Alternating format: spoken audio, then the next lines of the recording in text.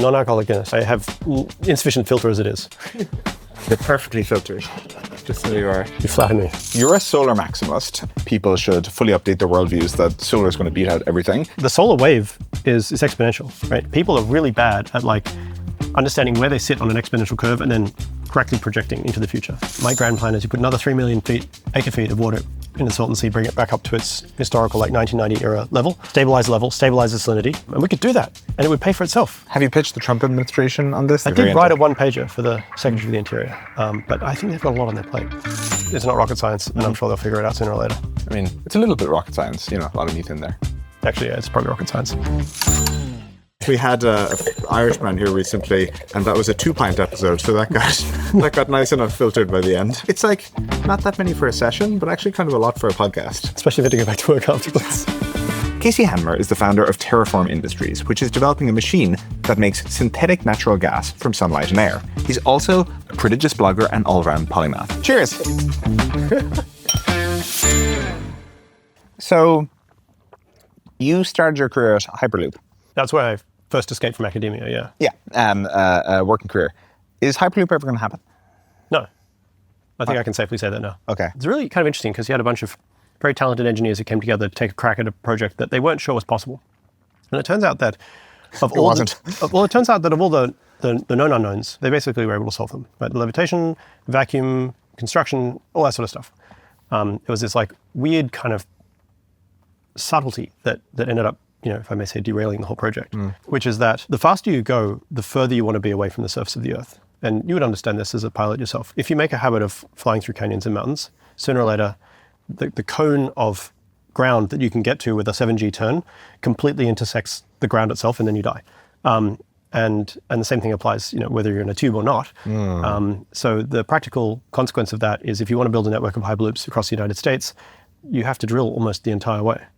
Right, which is a lot of rock. Yeah. You have to move a lot of rock. It's very expensive. And when you start tallying up the numbers, California high-speed rail is supposedly north of $100 billion now. And you say, well, that seems like a lot of money. How many 737s could you build and operate for 30 years for that much money? And it turns out you could move more people more quickly that way than with the Hyperloop. You first turned me on to Henry Kaiser. Can you summarize the Henry Kaiser oeuvre for people and maybe explain why he's so understudied? That's an interesting one. So on my way in here today, I passed by the Kaiser Permanente just down the road. Of course, you have to pay your respects. Henry Kaiser grew up poor, left high school, started off in photography initially, then went into hardware, then into construction, a bunch of other things. Every huge project you've heard of, he worked on. He worked on Shasta, he worked on Grand Coulee. He was the Grand Coulee Dam. He was the principal behind the Hoover Dam, which at the time they called the Boulder Dam. Just insane work ethic. Would work 20 hours a day, every day for his entire life, right up until he died at 85. And he really got going after the Hoover Dam at the beginning of World War II, when just up the road here at Richmond and a few other places started these shipyards where they took the techniques they'd learned at Hoover Dam and then applied it to shipbuilding, and they're ultimately able to churn out hundreds and hundreds and hundreds of ships. Including the famous 4-day Liberty ship that was a propaganda exercise, but still they built a ship in 4 days. It was pretty effective propaganda. The more typical duration on the ways would be more like 11 days. Yeah. What a failure. Yeah. But just the idea of building that many ships in today's America seems stunning. And this is 1940. Mm-hmm. They invented employer-sponsored healthcare, which became Kaiser Permanente. That was actually initially introduced a few years before that. He effectively built the town of Richmond, California. Yeah, amongst others. His retirement project was the Hawaii Village Hotel in Honolulu. What else did he do? He did aircraft for a while. He was involved in the Philippine Mars. He was involved in the Spruce Goose. He did cars. He set up South American auto manufacturing, including Jeep. Willis Jeep was Willis Kaiser Jeep for a long, long, long time. Just a bunch of different things. Now, why is he not so well known about? Well, he kind of took off at the peak of his game and went to Hawaii. And his organizations, including steel mills and aluminum mills and cement mills and all kinds of stuff, continued to operate. But he didn't really do succession planning very well. And so when he died, all his assets flowed to his second wife, and not to his children or his surviving son who'd been running the organization and the other executives. And she basically had no interest or ability to run it. So she sold off pieces of it here and there. So the empire kind of fell apart a bit. And left. But the piece of it still exists. Kaiser Aluminum is still a going concern. Yes. It's still a very large company. And Kaiser Permanente, obviously. But it's a really challenging problem. How do you keep it together? Yes. There's an Elon-like aspect to his character so he started as a a roads general contractor, like he built roads. Yeah. And then like 200-foot little strips of roads with mules and wheelbarrows and stuff. Exactly. So he was the guy you called to build a road. And then he seemed to keep jumping to new technical challenges, all of them with the attitude that, it's not that hard. It's only physics, we can learn it. And so, the dam, it's like, well, that's just like a big construction project. I've done construction projects before. How hard can it be? He'd done a lot of dams by that point. He actually formed a partnership with Latorno. Mm-hmm. So he was the first person, at least on the West Coast, to introduce mechanization to road building and canal building and so on. He did the Colorado River Aqueduct, which is this huge water course that actually runs very close to my house, all the way through Southern California, bringing water from the Colorado River ultimately all the way to Palos Verdes. Just insane stuff. But yes, this idea that you build this organization of ultimately some dozens of very capable, independent, autonomous executives, and then you compound and compound and compound and compound and compound, and just always like double or nothing, find ways to do it. But also he had personal relationships with the bankers since forever. So like Bank of Italy came in and underwrote the Hoover Dam project, for example, and they all made a lot of money. But in those days, the way that the contracting worked... Bank of Italy, which was an American bank that became Bank of America. Became Bank of America, yeah. So, for those of you not familiar with the intricacies of the finance history in the United States. Well, Bank of Italy, which was a bank based here in San Francisco, was the bank that opened its doors the day after the San Francisco earthquake and started handing out capital to people to rebuild, even though it was going to take them 6 months to straighten out their accounts because everything had burned down, which they ultimately did. And that's exactly, they understood the role of the bank, which is like issue credit. Yes. Just fascinating stuff. And then in the late 1980s, so he died in 1969, late 1980s, 2 biographies were published back to back, like 6 months apart, and then nothing. It's kind of bizarre how quickly he vanished without a trace. Yeah. And again, there was this first principles thing where, getting into shipbuilding, getting into cars, getting into planes. What is a plane but just a car that flies? Just a willingness to jump into new industries that, again, I associate more with hardware entrepreneurs than software entrepreneurs. Maybe it's something to do with the hardware space, like there's more opportunities for new startups. I don't know. Yeah. He was a tinkerer. So he had multiple workshops, including some up at Livermore and some down here in Oakland, and where he'd have people on payroll working on stuff, just trying crazy ideas. He was into speedboat racing. He had a estate up in Tahoe where he'd sponsor speedboat races, and then ultimately pulled back a bit when a few of them died, I think. He just loved that sort of stuff. And he was a mechanic. He was inventing things his whole life. Yes. But he had his hands in the stuff, so he said, well, we can figure it out. Are there other underappreciated industrialist tinkerers? Oh, probably all of them are underappreciated. If you look at the Gundo guys or whatever, this kind of new generation of industrially ambitious hardware entrepreneurs, almost all of them have an origin story that goes back into their early teens or earlier of just trying to make stuff, right? And it's just the sweat equity. I mean, on the software side, I would say you started coding well before you went to school to learn how to code, right? Yeah. Well, I never went to school to learn to code. So but the same idea. But I don't know, I interview people every day, and I can't tell you how sad it is to be screening someone who's got a 3.9 GPA out of UCLA mechanical engineering school, which is generally pretty good. Mm-hmm. And you say, okay, this is your portfolio, but can you give me an example of one project you ever built using your skills that was not required for a class? And they're like, why would I do that? And I'm like, I don't know, because you just spent 4 years of your life deciding to specialize in this particular field of all fields. Yes. So if you interpret Henry Kaiser, Howard Hughes, Elon Musk, they decide that their circle of competence is not rockets or roads or what have you, but is engineering, and that engineering competence can be broadly applied to many potential domains. I associate this trait with you. Maybe for the listeners who are not familiar, summarize what Terraform is building. Terraform is building a machine that connects to standard commoditized solar array and produces natural gas. This is a pretty neat trick. Explain for people who who remember their high school chemistry. Okay, sure. I just the philosophy of what this is doing is very strange, because normally we would burn gas to make electricity, but the solar has gotten so cheap that you can actually kind of do the reverse process, and it makes financial sense, increasingly so over time. In terms of the chemistry, well, hydrocarbons made of hydrogen and carbon. It's not very complicated. So the source of carbon is like carbon dioxide in the air. Actually, this beautiful table is made of a biopolymer, which was also extracted from water and air, so water and CO2 that ultimately came from the air. We also make hydrogen from water. And unlike this poor tree, we don't have to use Rubisco to do that. We can just electrolyze stuff at a couple hundred degrees Celsius. and then feed that into a high pressure, high temperature reactor of the sort that were pioneered in Germany in like 1905. And then out comes natural gas, it's a very neat trick. Okay, so you take electricity from solar panels. Yep. You take carbon from the atmosphere. Yep. You take the hydrogen from water. Yep. And then you use those to produce currently short chain, in future longer chain hydrocarbons. Yeah. And the reason that you get carbon emissions when you burn gasoline is we're taking carbon that was sequestered in the ground. We had it stored away through, all the many years of breakdown there. Dinosaur stuff, basically. Exactly. So you got this. So actually, that carbon was originally in the atmosphere too, but it's been stored underground and it would stay there forever, essentially. And so when you burn gasoline or kerosene, you're participating in this kind of broad industrial scale, civilizational scale effort to pump carbon out of the crust and put it into the atmosphere, with many positive side effects of that process. In our process, the carbon comes from the atmosphere and is reused. So it's actually like burning wood, which is technically carbon neutral. So it's like that helps on the climate front in that you can create an economic forcing function around going and sourcing our entire civilization's carbon from the air rather than from the crust. It also helps from kind of a energy abundance front, which is to say, if you need sun, you go outside. But if you need oil, you have to be friends with Saudi Arabia. Or one of the handful of other places on Earth that are generally uninhabitable but have oil.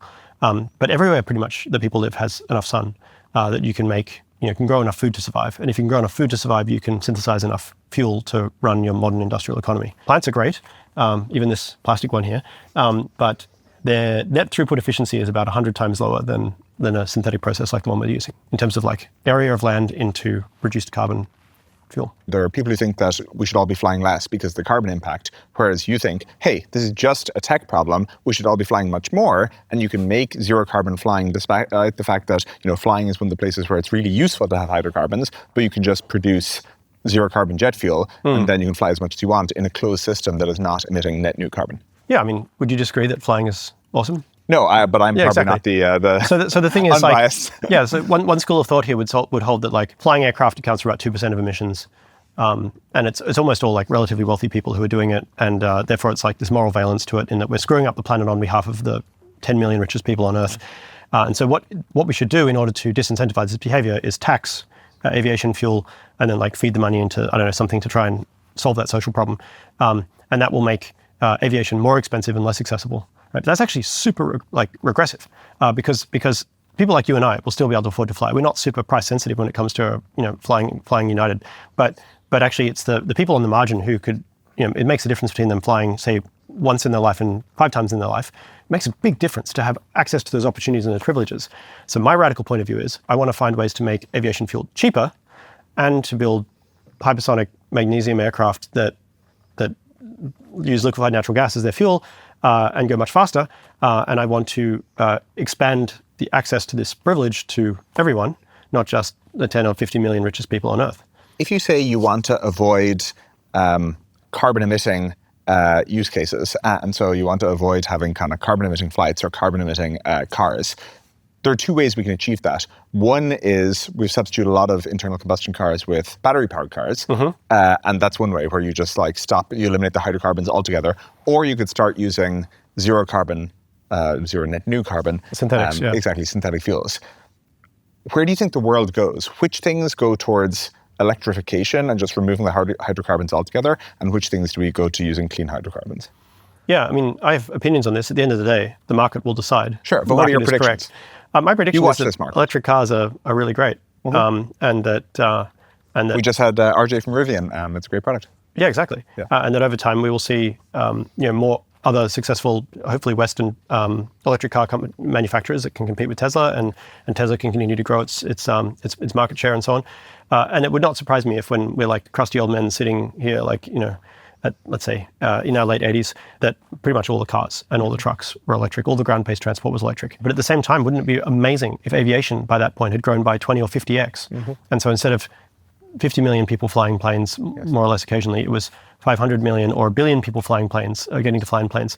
And just that by itself would more than use all the oil that humanity currently uses, right? Yes. So I think the really energy-intense, high-speed transportation stuff will stay fuel. Rockets obviously will stay fuel. Yeah, maybe to give ships. people an intuition for this, isn't it the case that versus current battery chemistry, jet fuel I think is 2 orders of magnitude, it's 100x more energy dense by unit weight than batteries. And so it'll be a while before you can build the battery-powered 777. At the end of the day, we have a planet that has a certain size and a certain gravity. And if you want to fly from one side to the other, then you have to go 20,000 miles.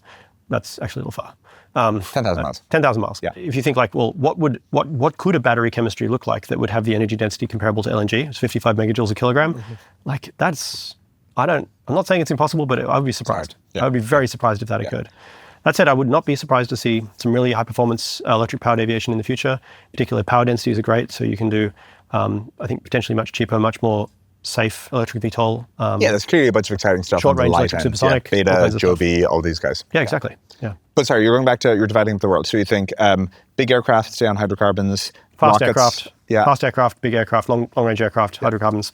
Probably long range shipping will stay that way. Like LNG, it's just so cheap. It's going to stay that way for a long time.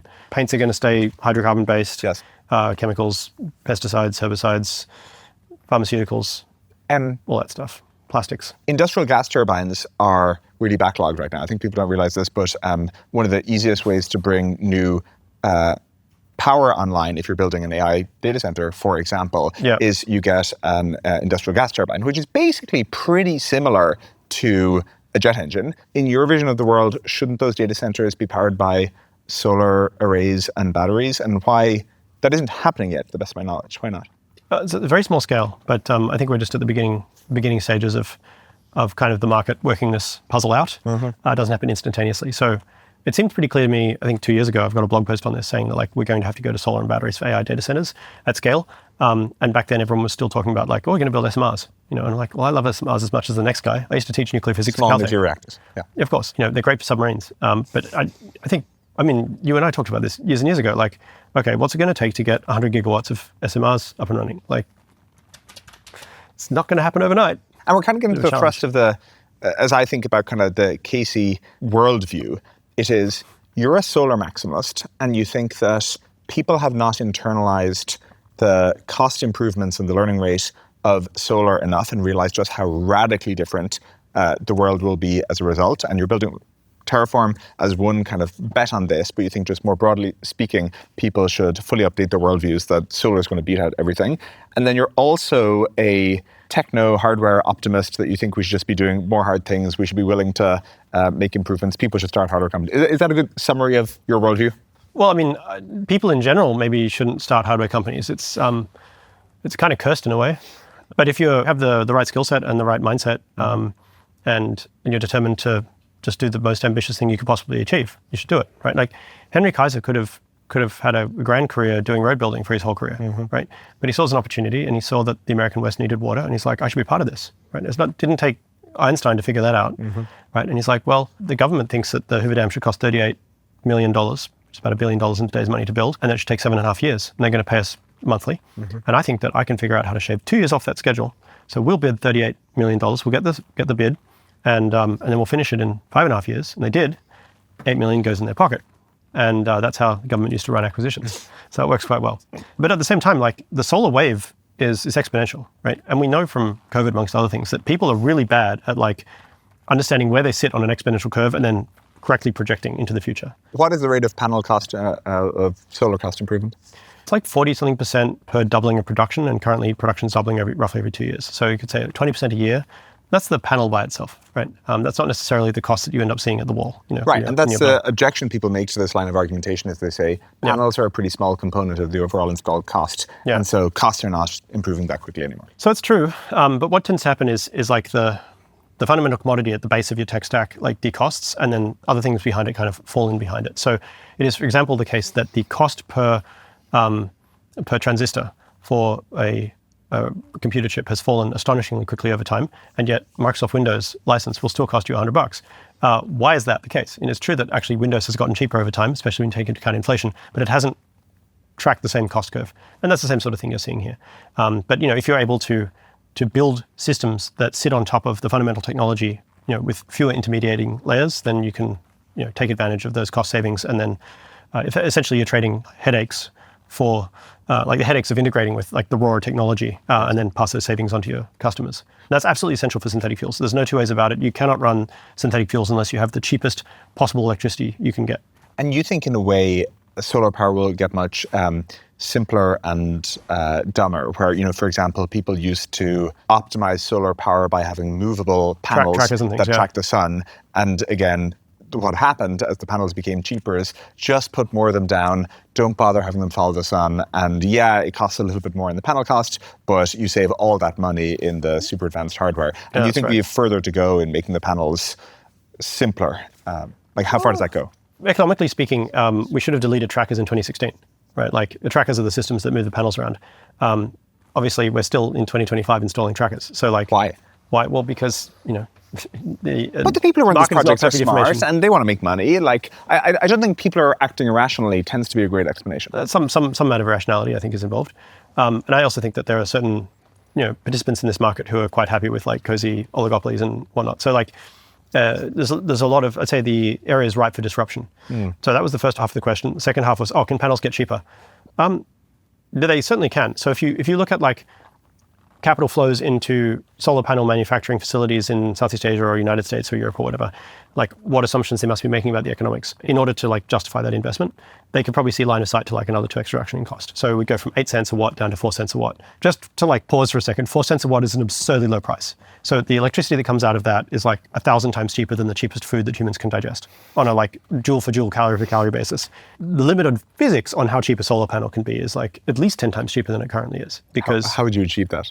A very, very thin layer of structured silicon on some kind of inexpensive plastic backing or something like that.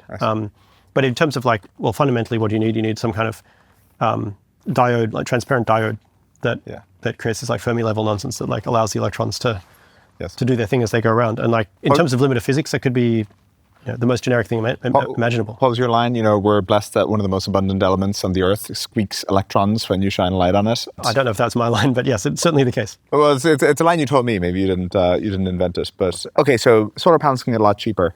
Why aren't you working on? Why does Terraform not produce really cheap solar panels? If you think everyone's doing it wrong, I think that the companies producing cheap solar panels are doing it right. They're doing a fabulous job. It's very competitive. But you just said people are buying expensive solar installs when they should be buying cheap ones. Well, so you've got the EPCs, which are the companies whose job it is to sell a solar array development to a buyer, like a utility.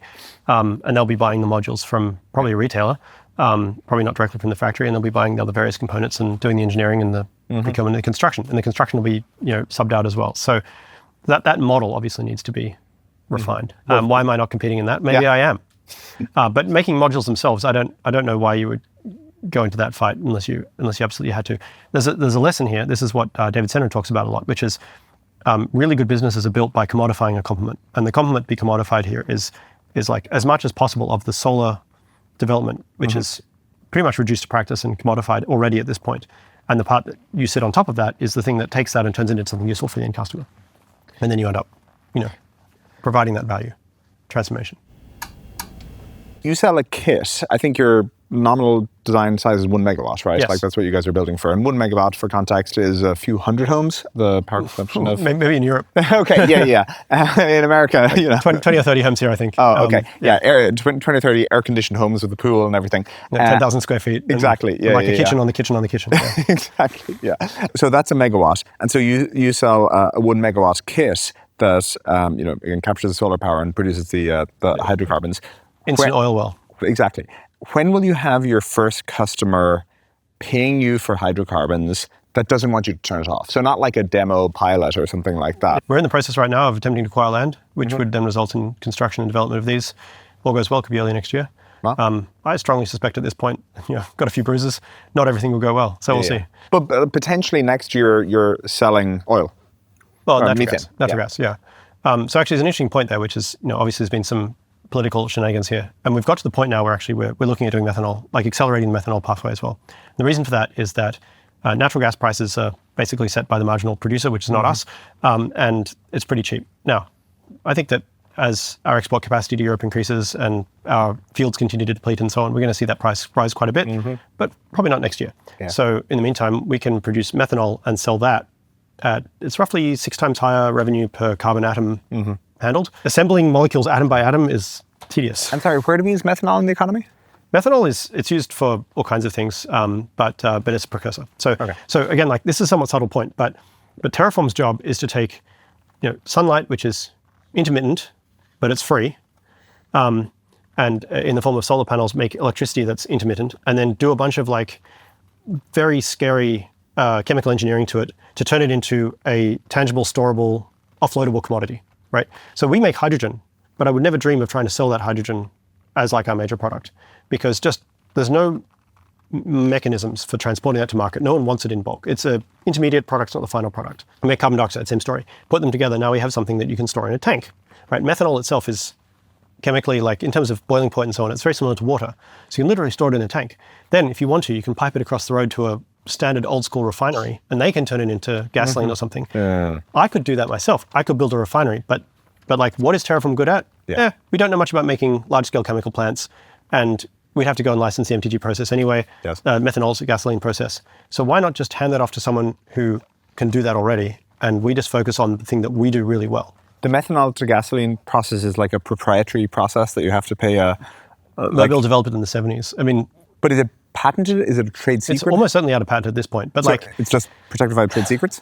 So the thing is, like, even if I had all the patents in front of me right now and blueprints of the plant, right? It's just process knowledge and access to half a dozen expert chemical engineers who've done this before, and then I went and built it. I promise you, it would still not work. It's Walter White's Cook. Something like that. I've not seen that show, but I mean, it's the same as brewing beer. Like, I can buy all the pipes, right? I can make something undrinkable. I believe that. Oh yeah, I mean, you're Australian. It's in your culture. No. I'm American now as well. 15 years Sunday. It's just, it's a very finicky process. I think it involves blood sacrifice to get it right, actually, to be perfectly honest. Okay, so that's methanol. And sorry, you mentioned you could do cement. How does that work? Well, so we use what's called the lime calcite cycle to capture CO2. And so that involves calcinating calcium carbonate to make calcium oxide, which is the active ingredient in cement. So like that's 60% of the difficulty of making cement there. So we do that already. And then cement is about 7% of global emissions. The challenge with cement is that it's $40 a ton, at the plant. And so if you want to compete, it's like one of the big mistakes that I see in my sector generally, which is like the climate aligned energy sector and so on. This applies not just to the climate companies, but they say, oh, we figured out how to do this. That's very impressive. But like, are you able to actually sell this at a price that people want to buy it? And then having a shiny demo of something that works but is not commercially viable. Even that is impressive in itself. I mean, Rivian, for example, they make a beautiful product, but they're yet to make money with it. But just getting a product to market that people like, that in itself is worthy of admiration. A beautiful car. They've just got to figure out how to delete about 30% of the components and they'll be in business. And far be it for me to criticize. But like, if you're able to make cement with a carbon neutral process and you're like $60, you probably have an argument that you could like find enough off-takers who want to pay for the carbon credits or whatever that you can stay in business. But it was $6,000 a ton. Right. It's very slim. How causal were the solar subsidies along the way, like Germany's, to solar success on the current cost curve? That's a good question. I think it's very hard to run the counterfactual. I think that the Germany solar subsidies did not accrue the appropriate reward to Germany that they probably should have.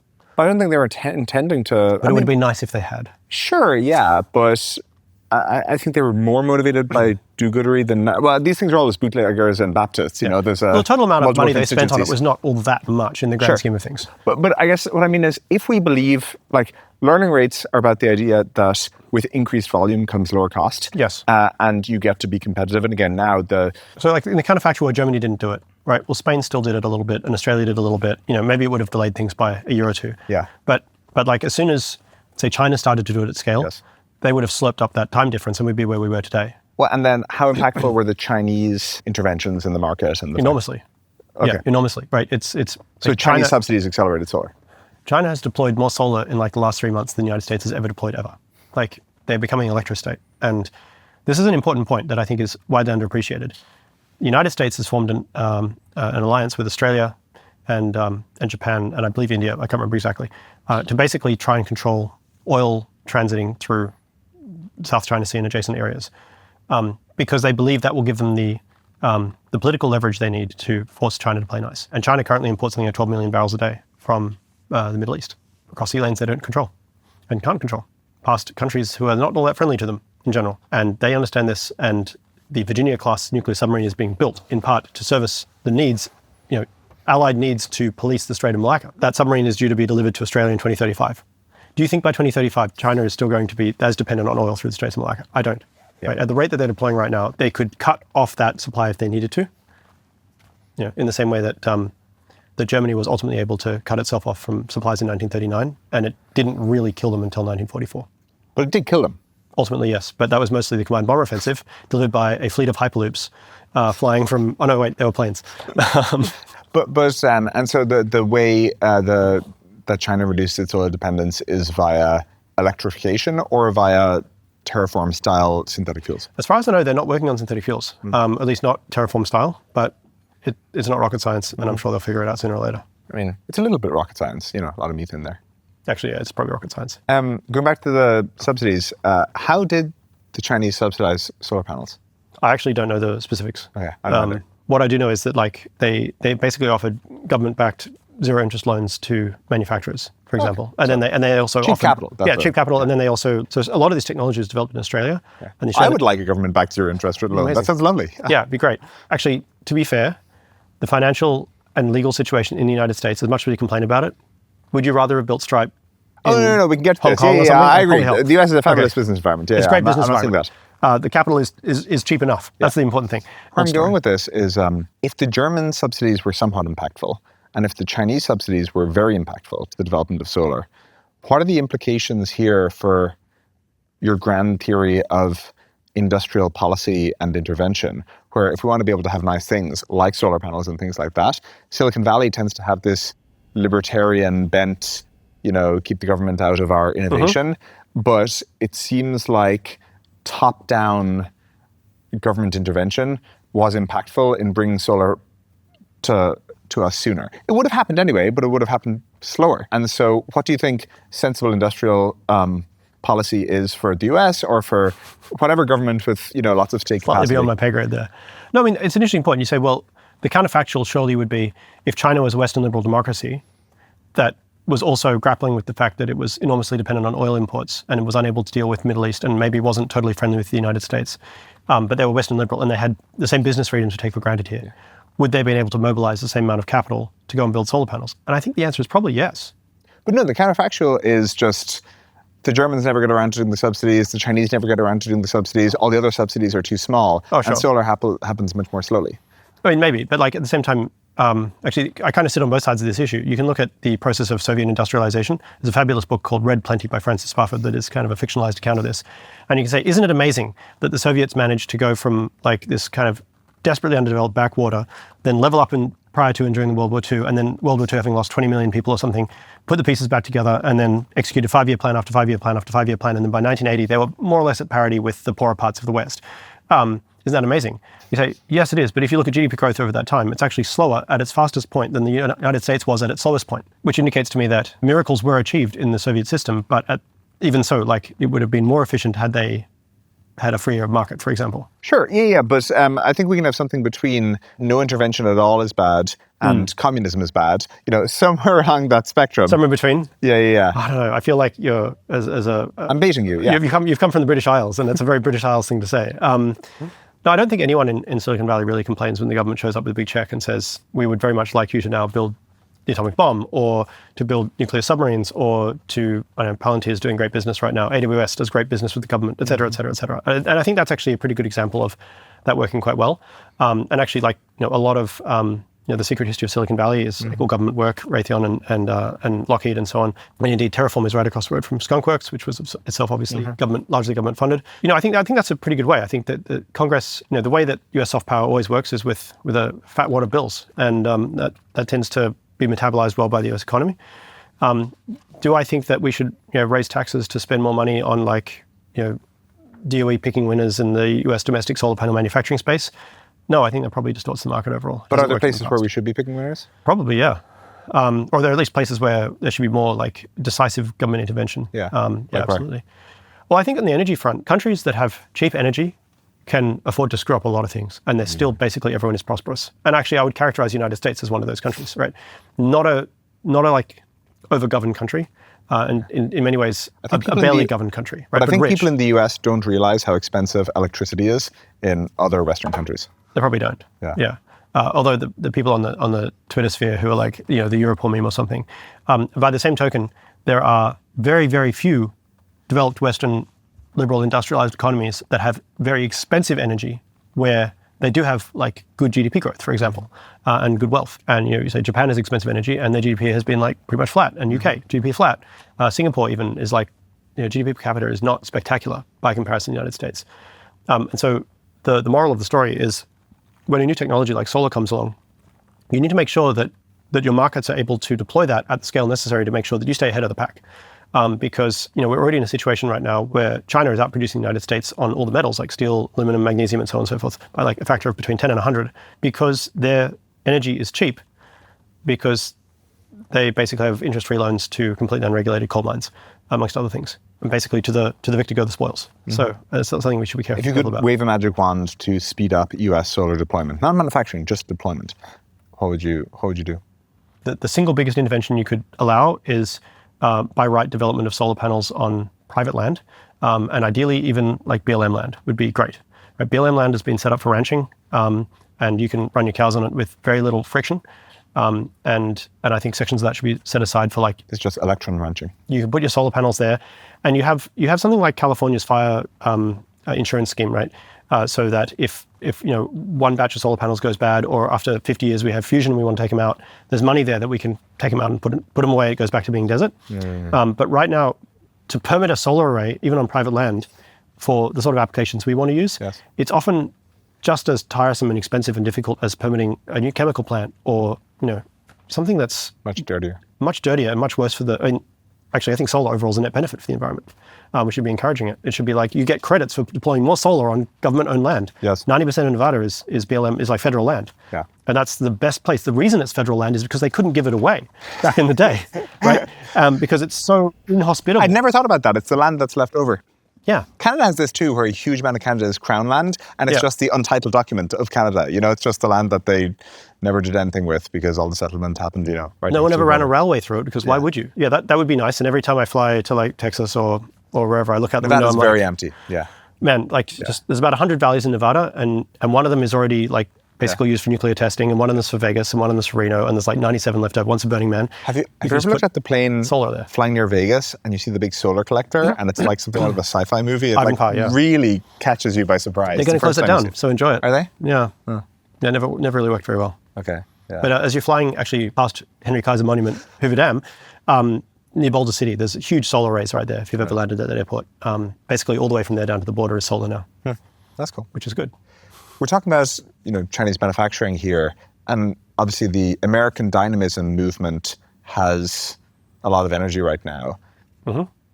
It feels like there are some things where we are obviously to me, not going to be competitive in manufacturing, like just general light electronics. Like that stuff doesn't seem to me like it's consumer electronics is not necessarily coming back. However, we just had Keller from Zipline on talking about kind of the drone manufacturing they're doing right here in South San Francisco. You guys are manufacturing in Burbank for your sins. Do you think it kind of makes sense to think about areas of manufacturing we should be trying to win or trying to succeed in? Yes. And then, what are those areas? What would you say, whatever, it's not coming back, we're just going to let it go, versus these are the ones that we really want to win, or there's national security consideration, or what have you? Well, conventional wisdom would say, well, we've got to maintain our supply chains for our national security stuff, so we'll keep them as a life support, but all the rest doesn't matter.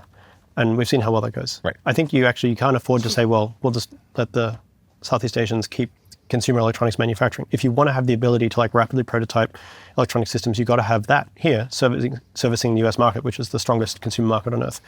There's no reason you can't do it. No, you don't want to have like 14-year-olds in sweatshops soldering stuff together. But if you look at the Bastrop plant where Starlink terminals are made, it's all in the United States. It's 99.99% automated, and that's how we can do it. We should be doing it here. I grew up in Australia where the limited manufacturing sector we had just like evaporated overnight when China basically came in. And now Australia is in deep trouble, really, on the basis of this. But at the time, it was like, well, we can't compete with China. It's impossible. You could never compete with China. On what basis? There's no reason why you can't compete. Obviously, your factors of production are different, so you have to balance them. But like this whole idea, like comparative advantage, that the United States should just be intrinsically bad or like uncompetitive at certain kinds of things, is crap. Like it has every advantage it could possibly want. What success stories should we be looking at to model U.S. manufacturing after? So you mentioned space. How about its own? How do you mean? The US was, and in some ways still remains, the manufacturing powerhouse, absolute titan. Yes, but again, I feel like that was quite a different environment of more trade barriers and different labor dynamics. Yeah. And I'm saying, if you think about kind of manufacturing today, SpaceX's Starlink terminal manufacturing plant, which is very impressive and much larger scale than people realize. How many Starlink terminals are they producing now? Must be like a million a year or something. Yeah, it's a lot. Stunning number. But yeah, who else should we be looking at and saying we should be doing more of that kind of thing here? Well, in terms of US, I think Chris Powell's doing really well at Hadrian. But I think... What does Hadrian do? They make parts for military aircraft mostly. Okay. But the idea is you increase the machine-to-machinist ratio with software, which is not exactly astounding. Like, how many cores are in your phone? I mean, it's actually quite hard to do in practice. Yeah. And I think the like edges or whatever, like the corner cases that the current entrepreneurs are grabbing onto for mass production is like, well, I don't have $10 billion to like go and set up, Foxconn 2.0 here in the United States if I even wanted to. But I could build this like really high value product for like a discerning customer, US branded type stuff. And so Sam D'Amico, for example, down at Impulse has done that with his stoves, right? It's a premium product. When people need to replace their stoves, they do it in a hurry. His is available, has all these other ancillary benefits because it's so nice, you can sell it. But I think they're actually being produced in China though. But isn't it hard to rely on producing premium products? Well, that's where you start, right? That's the beachhead, and then you diversify outwards. But if you're able to build a mostly automated factory that can produce a few thousand units a year, then it's relatively straightforward to go from there to 10,000, 100,000, a million. And then as you get those economies of scale, continue to push the price down. I saw some stat the other day that Apple had spent $100 billion on manufacturing investment in China. Imagine if they'd spent it here. Do you think they could not have succeeded in building a really nice iPhone, even here in Silicon Valley, if they spent $100 billion in factories? People in tech follow Elon a lot and, have read the Walter Isaacson book and they're familiar with the and, know much about how he works. Ashley's book is good too. Ashley's book is very good as well. What do you think, never mind kind of people at a distance or, people who are very bothered by Elon or something like that, people in tech who kind of follow this stuff, what do you think they still misunderstand about the Elon production function? Oh, that is a good question. Well, I mean, I think actually I'd be more surprised if there was someone who had succeeded as well as Elon had in his various fields who was better liked. That makes sense. Like you should expect to make enemies if you're going to be that effective in that sort of area, for whatever reason. I mean, he has his own particular... So you think the hard-edgedness is not an incidental trait? You think it's definitely part of the correlated. Success? Yeah. I didn't always think that. I used to think that that probably was possible to build an organization as successful as SpaceX without, being quite so uncompromisingly demanding on your employees. And then you started a company? Then I ran my own hardware company, and I'm like... And so how did you update? Many hard lessons learned over and over again until I finally worked out that no, actually... Well, people are in general capable of achieving far more than they would think. But almost always they require extrinsic motivation to do that. And usually it's like, I expect you to do better, kind of thing. But there are lots of people who are very successful and generally are regarded as pretty nice people. Successful, yes, but successful in building like competitive hardware manufacturing companies in the United States. Okay, so you think it's intrinsic to hardware? Hardware is, I think, well, I mean, statistically speaking, it would seem that a software company is a surer ticket to ungodly riches than a hardware company. That would be my guess. Yeah. Okay, so that's one thing. You have to be somewhat hard-edged. What else? I think he works really hard. I think that he compounds his own knowledge. I think he's super smart. I think he understands that physics is the law. Everything else is a recommendation. But yeah, I don't know at all, really. So I can only kind of speculate from the outside. Actually, I think that one of the things that frustrates me somewhat about Isaacson's book is like, Isaacson is quite clearly a very sharp guy, right? And he spent 1.5 years with Elon. And yet if you read his book, particularly like the last third or a quarter of it, which is talking about all the recent stuff, the Twitter stuff and so on, it's very clear that he doesn't get it. He doesn't understand why Elon is doing these things that seem completely crazy, right? But yet he keeps like rolling sixes. Like, why is that the case? And my point of view on this, and I wrote a blog post about this at one point, was if I see someone who is pretty successful do a series of crazy things over and over again, and yet they work out every single time, either they have root access to the simulation, or their model of reality is better than mine in some key way that I don't understand. But I might be able to understand if I assumed that they made a sensible decision given knowledge that they must have, but I don't have. What can you infer about this? You've talked about how many SpaceX alumni have gone on to start rocket companies that are essentially just trying to build Falcon 1. And despite the fact that SpaceX was kind of doing that for the first time and had to learn lots of hard lessons, they got to work at SpaceX and they knew all the lessons and they'd seen everything, and still a lot of them have struggled. I haven't heard you espouse a theory as to why they've struggled. It's got to be really hard. Yeah. Well, I know that a lot of people leave SpaceX, and a few of them are like, I'm going to start my own company and I'm going to try what it's like to be Elon. And then they get a horrible experience. And some of them are like, I'm glad I got a horrible experience. But I think a lot of them are like, well, I always disagreed with this particular technical choice. And then they make it differently, and then the rocket explodes. Maybe it's because that choice was actually correct, they didn't understand it. And maybe it's because it's unlucky. Maybe the organization didn't work well enough. In the space sector, at least, it's quite astounding the extent to which SpaceX is dominant. Right? This is not the case that like Apple has 20, 30, 40% market share in smartphones, and Pixel has 10%, and Huawei and so on has a. This is like SpaceX has like 95% market share for the entire world. And then the second place getter is like China or something, and then like the next closest was like 15 years ago, United States' main launch company, and then it's very much what I'd call an anomaly in the matrix. Solar getting cheaper every year is also another anomaly. It's like a big wave that can be surfed, and people don't really recognize it or how to use it or how to lever it. What advice do you have for highly technical youngsters, say, someone who's in college listening to this?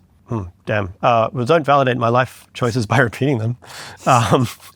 But realize that your life is on a spectrum, like a continuum, and certain things are easy now and they'll be hard later, and vice versa. And if you see yourself as someone who's the technological elite, you should challenge yourself as much as you can. Right? You should go out and find a worthy challenge, and just level up. Don't go to some place that puts you in a holding pattern for 10 years. You've only got 40-something years of really good work ahead to level up as much as you can. Go work somewhere that's very demanding. As much as you can take, for as long as you can take it. Yeah. People have, probably more than 100 people have asked me over the years, I got into grad school and I got to SpaceX, what should I do? And I said, well, the psychic damage is the same, but the pay is better at SpaceX, which is hard to believe, but true. And I really believe that, you want to go and work with the best people on the things that you care about, whoever they are, wherever they are, whatever it takes. Don't settle for second best. On the other hand, if you've recently graduated or you're about to graduate, it's more important that you get a job and you kill it, do really, really well straight out of school, than that you sit on the job market for a year and then compete against the next round. Like, I see a lot of resumes, no doubt you've seen a lot of resumes over the years, and really you're only as good as your most recent job. And if your first job out of school is super important to like set the foundation upon which you can build the rest of your career, even if it sucks, stick it out for 18 months to 2 years and make sure everyone there has something nice to say about you. And then you can, you can build on that. But yeah, it's really sad. You see someone, ostensibly decent degree out of decent school, and they kind of fail to launch in some way. As Casey is describing, and as we've heard a lot about on Cheeky Pint, prototyping is easy, but production is hard.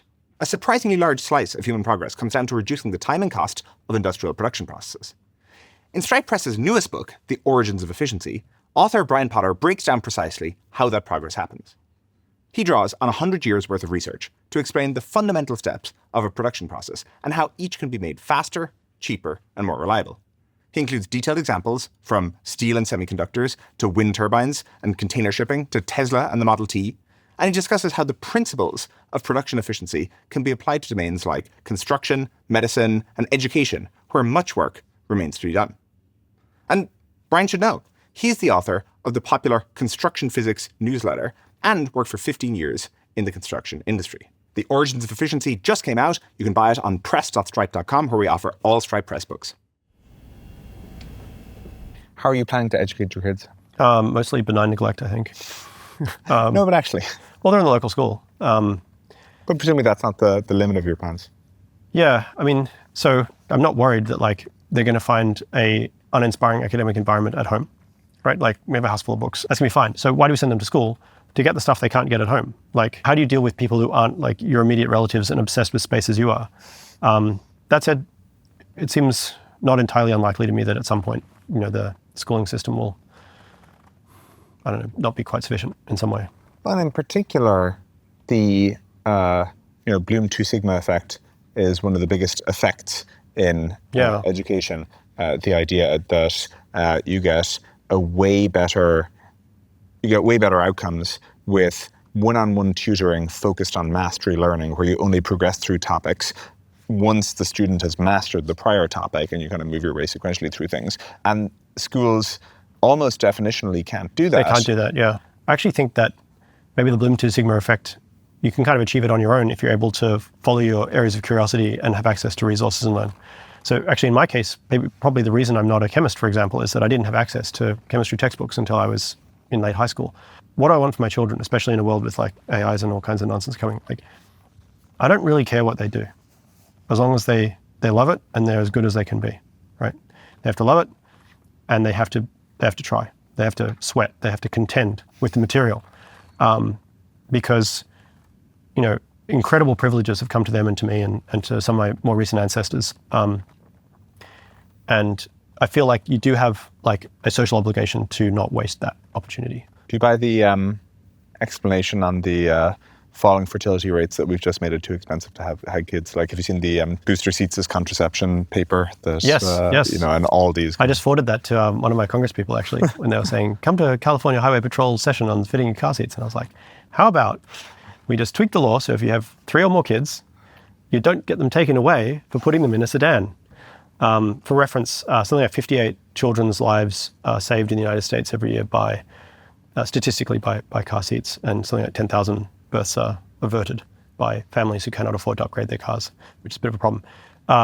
Even if you had all those 10,000 additional births, right, it still wouldn't reverse the demographic decline. Well, but that's one example where I think people don't fully internalize the barriers to having kids. So, car seats is it sounds like almost an oddly trivial one, but it does have a measurable impact. And that's before you get to housing, education, I think you could certainly say, well, what if we took all these things that have some like marginal effect and we just turn them all up to 11 and saw what happened? Mm-hmm. And I think you'd make a plausible argument that you'd see a bump in fertility, especially if you had like a pro-natalism law package that did all these things at once. And so you start a national conversation around how like kids are great, we need to have more kids. And we specifically focused on existing families and got them to go to like N+1 or N+2. Mm-hmm. Make a big difference. And that's what Australia actually did when I was in, I guess, my teens, so let's say around 2000, was like, have a third child for the treasurer. But the same problems kind of stick there. But this is obviously a very complicated problem because there are many countries on Earth where these counterfactuals exist, at least in part, and it hasn't miraculously turned around the birth rate. And actually the number of developed Western liberal democracies where their birth rate is not like either already catastrophically low or falling fast is very, very small, and probably will be 0 before long. But it did occur to me today when I was having spoken to a friend of mine about children, whether or not to have children and so on, that our evolution did not depend upon us in the past having like a deep obsession with the need to have children, right? Because we didn't have contraception and we had sex drive. So like children would just happen. But like once you have kids, then you're all about kids, right? As soon as you hold the baby in your hands, you're like, kids are fucking great. This is great. Then you're like, I might have 6 more of these. Okay. But until you have that first one, you don't realize, you don't know. It hasn't come in yet. So there's no evolved necessity to go out and have kids. Whereas like with food, it's obvious. So people get excited about food. So sucks to be evolution in that case, I guess.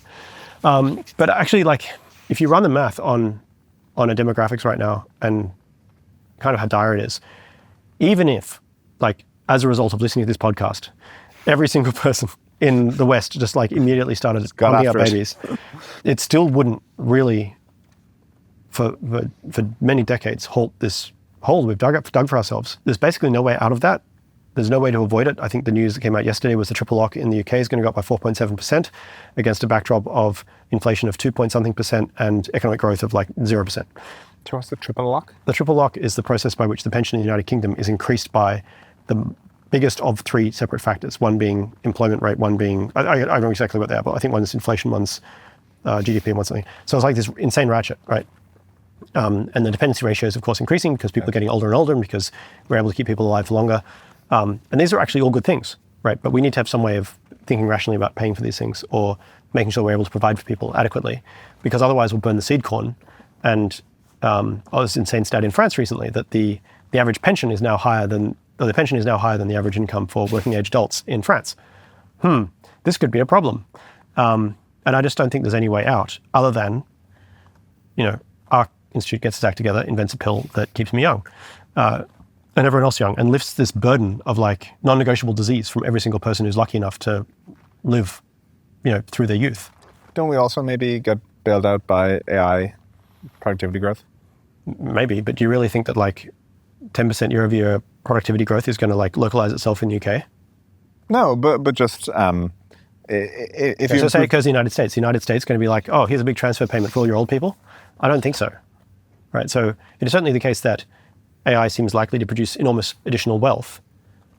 Whether that wealth will find its way to alleviating the tax burden on the working class in the 200 countries on Earth that don't have their own AI industry seems somewhat unlikely to me. Whereas a pill that actually already Ozempic probably does this, slows down your aging by some factor, would be enormously important. No one could have seen this coming. No one could have possibly anticipated that Social Security and other stuff would result in ever increasing dependency ratios. And we're just fortunate that we got rich so fast that it took this long to bite. It's a big problem. Yeah. I realize I'm asking you for ideas for hardware companies. You're always banging on about desalination. Presumably that's a good hardware company. I'm working on it. I already have a hardware company doing it. Oh, you do? Tell me about your desalination company. So desalination is not strictly ripping oxygen off stuff to make fuel or metals, but it does involve ripping water off salt. So, the oxygen in water is what makes it polar. Yeah, so Terraform Desalination is the project. It's very early stages now.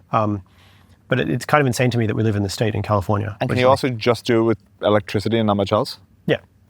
What's the reaction? The reaction is that the salt, which is dissolved in water, gets separated somehow, either thermally or with filters. I mean, there's probably 30 different ways of doing desalination. Okay, but what's the Terraform approach? The Terraform approach is thermal. Yeah. So basically distillation on steroids. I see. So you're just boiling off the water and recapturing it? Yeah, essentially. Okay. Yeah. Do you have to boil it? There has to be a phase change. Okay. Yeah. Boiling. When people think boiling, they think hot, but you can actually boil at low temperatures if you reduce pressure. So we're getting into trade secrets here, and there's nothing new under the sun. The challenge is to terraformize this technology and make it cheap enough that you can run it intermittently off solar arrays or solar power in general, and still make money. That's quite challenging, but it is insane to me that we live in the state in California where they're talking about doing this project under the Delta, in the Sacramento River Delta. They're going to spend $20 billion on it, and it's going to potentially recover on the order of 100,000 acre-feet of water a year. If you spent $20 billion on desalination, you could literally double the flow of the Colorado. So why 5 million acre-feet. So why is California ignoring desalination? Again, I think it's like anchoring to the past, where the way you got water was you went and built a big dam in the mountains and then built canals and stuff. Henry Kaiser, eat your heart out. And desalination, I mean, there's the odd desal plant here and there, but they're very small. They're mostly set up to help cities out. Oh, there is desal in California already? Yeah, there's a plant in Santa Barbara. There's a plant, I think, in San Diego maybe. And they supply water for the city?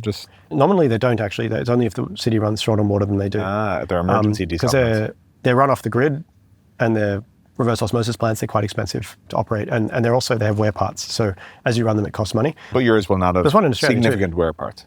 Hopefully not. I mean, it's still it's mostly spreadsheets and some doodling in the kitchen at this point, which is how Terraform started, really. Right. And then the garage, and then in the castle. But California has more coastline on the West Coast than any other state. Maybe Alaska has a bit more. I don't know. So why are we short on water? It's right there. Are there private entities you can contract with? Just because government procurement cycles are very long and politically involved and everything like that. Yeah. Can you sell to the city of Irvine? Are there ways? Yeah, I mean, that would be the way to do it, or to sell directly to a consortium of farmers or something like that. Yeah. The challenge in California is the California Coastal Commission, which I believe you've probably encountered. Yeah. And for a variety sense of humor. A variety of interesting and I think mostly valid reasons, they sought to try and slow down development of the California coast, which is fine. I don't want to develop the California coast. I want to bury a pipeline under the beach that goes out to the ocean and sucks up some water and then puts back some salty water, and it's fine because the ocean's made of salt water. Are you putting back salty water? Yeah, so what happens is you take off salt water. Yeah. So you take 10 gallons of salt water and you pull out 1 gallon of fresh, and then you have 9 gallons of slightly saltier water that go out and mix, and it's fine because that's how rain is formed in the first place. Dilution is the solution. Ocean, it'll be fine. It'll be fine. Now, if you were to take out 9.5 gallons of fresh water and put back half a gallon of supersaturated brine, even that would be fine if you mixed it in, but there's no need to. So that's a general plan, and just do that at massive scale and at the lowest possible cost. So I believe that it should be possible to produce desalinated water for $99 an acre foot, which would be transformational, right? That means it's no longer if we're really short on water, we'll turn on the desal system and you can flush your toilets and drink water. It's the rain came in a bit weak this year in the Sierras. That's fine. California, Central Valley agriculture will be fine. We need about 14 or 15 million more acre feet to saturate demand. That's about double what we currently have. Bring all this additional agricultural production online, reduce costs, improve the ecological impact of farming on places that are short on water anyway, and pay for itself. Can you do stuff in the Delta where it is brackish without running into the California Coastal Commission? I honestly don't know. That could be tricky because there's... I know there's sensitive about the delta and the hydrology there, regardless. Yeah, you might want to run a line, for instance, along the floor of the bay all the way out to the coastal current, where you put the effluent or something. Increasing the salinity of the something delta. like that. Yeah, the best way to pay for this actually is land value appreciation. So, like, my hobby horse is the Salton Sea, which is pretty relevant to your Northern California liberal elite crowd, but us true Southern Californians. The Salton Sea was formed as a result of an irrigation accident in the early 1900s, and it's about the same size as the entire San Francisco Bay. Right? It has 110 miles of coastline, and you could not give it away. It's owned by a patchwork of different And entities. the Salton Sea, is there water there right now? Yes. Okay. There's like 3.5 million acre salty. feet in there. It's too saline for fish to survive now, yes. Yeah. About 15 years ago, the last fish died. It was pretty smelly. But when it first formed and through the 60s, it was actually pretty much fresh, and then it got saltier over time. How did it get saltier? Evaporation. Yeah, so...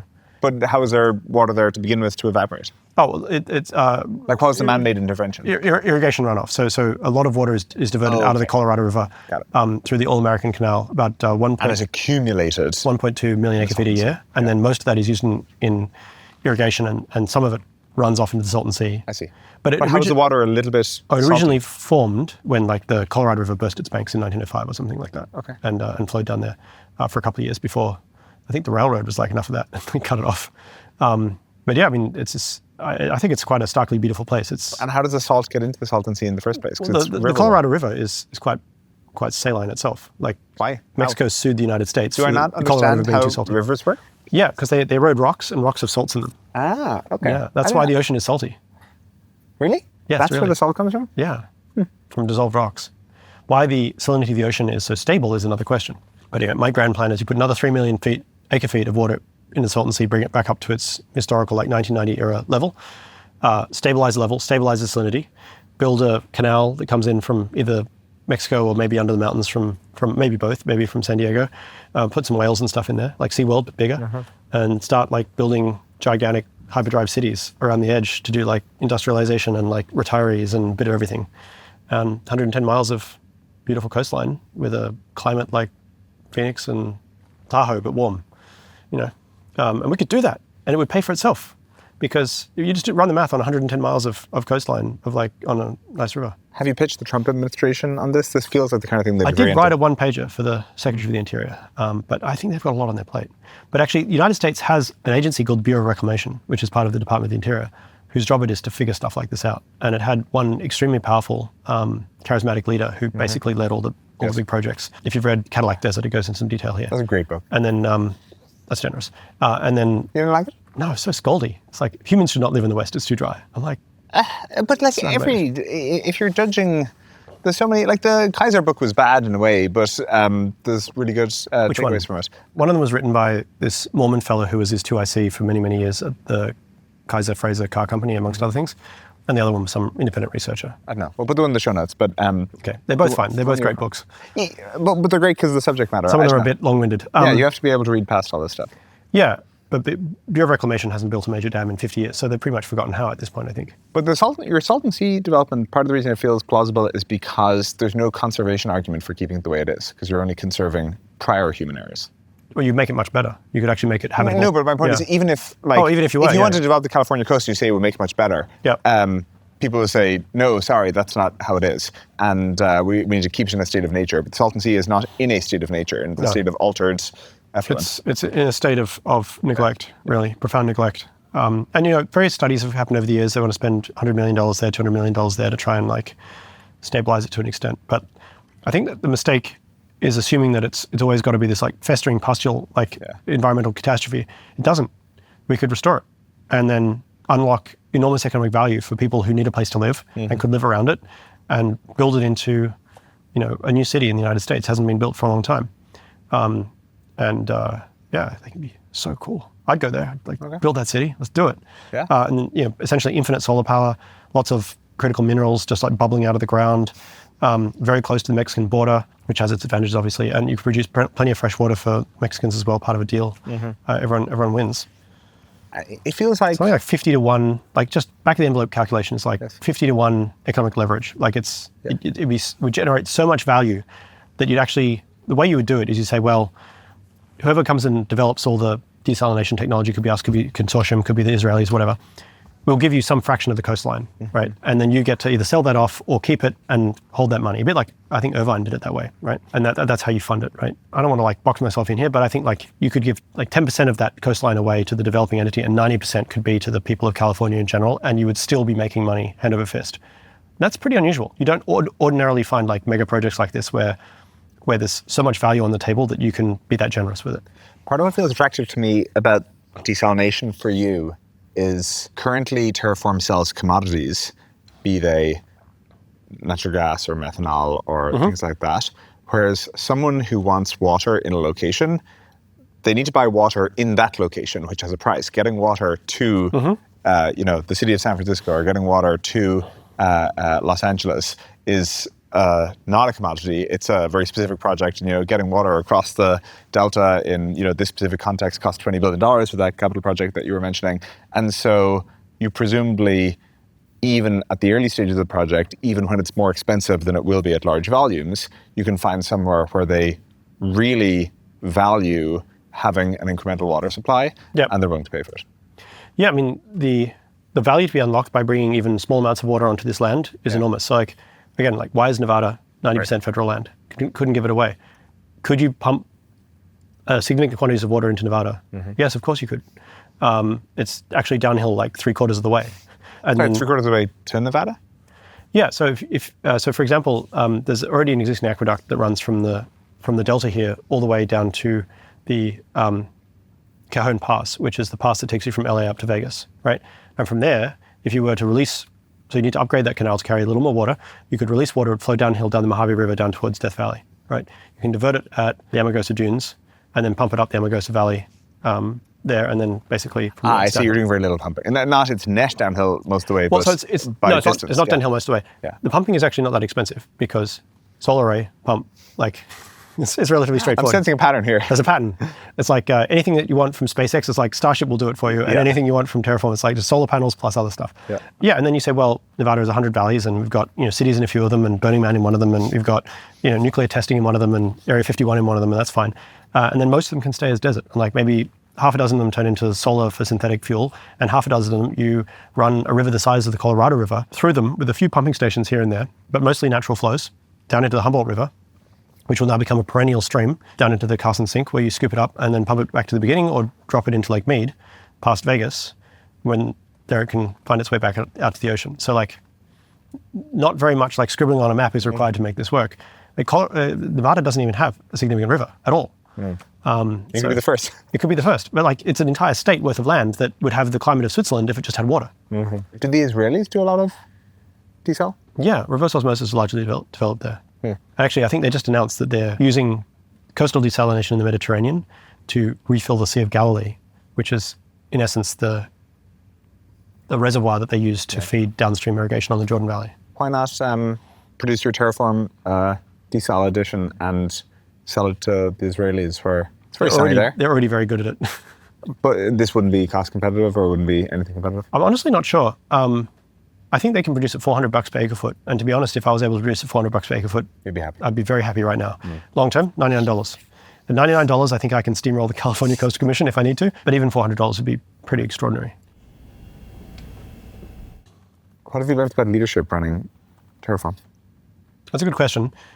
I went to a high school where there was kind of a leadership program in a way, and it was kind of a Judeo-Christian based type thing. And so this idea of like leadership through service was taught, which I think is super valuable and something I've always thought about. And our org chart is drawn upside down because ultimately that's the way the...